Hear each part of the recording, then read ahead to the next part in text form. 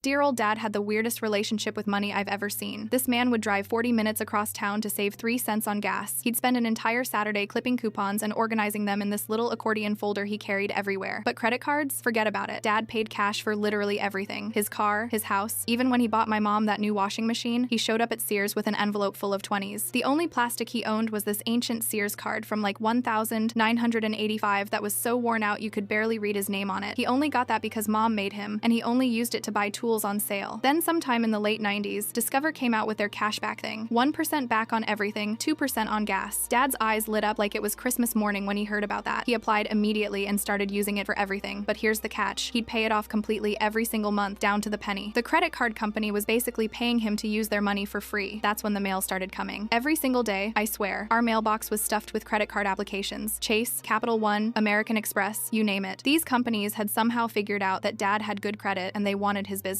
Dad hated it. He'd come in from getting the mail, muttering about how they were wasting paper and bothering honest people who didn't want their garbage. So one Saturday, I'm over at his house doing my laundry because my apartment's washer was broken again. I'm getting ready to leave and Dad goes, "Hey, you heading out past the post office?" "Not really," I tell him, "but I can swing by if you need something mailed." He hands me these 2 envelopes and they're thick as phone books. I'm talking bulky, like someone stuffed a whole newspaper in each one. "Dad, what the heck is in these things?" I'm looking at the addresses and they're both credit card companies. He gets this mischievous grin that I haven't seen since he put plastic wrap over the toilet when I was 12. "Well," he says, "those companies keep sending me their junk, so I figured I'd send them some junk back." I'm still confused, so he explains the whole thing. Apparently, he'd been saving up credit card applications for weeks. Then he'd take 2 at a time, fill them both out with completely wrong information, and put each application in the other company's envelope. So Chase would get Capital One's application, and Capital One would get Chase's application. But that's not even the best part. Then he'd stuff each envelope with newspaper, old magazines, anything he could find to make them as heavy as possible. Since the envelopes were prepaid, the credit card companies had to pay extra postage for all that extra weight. "That'll teach them to bother me with their nonsense," he says, still grinning. I'm dying, laughing at this point because I can just picture some poor office worker opening these envelopes expecting a new customer application and instead finding their competitor's paperwork wrapped in yesterday's sports section. Dad kept this up for months. Every week he'd hand me another batch of overstuffed envelopes to mail. He treated it like a part-time job. The best part was when he started getting creative with the stuffing. Old phone books, seed catalogs, even bubble wrap from packages, anything to make those envelopes as expensive as possible to deliver. Eventually, the applications started slowing down, probably because Dad had gotten himself on some kind of blacklist for sending back weird stuff. But for a while there, my cheapskate father was costing these credit card companies hundreds of dollars in postage just because they annoyed him. 20 years later, and it's still the funniest thing he's ever done.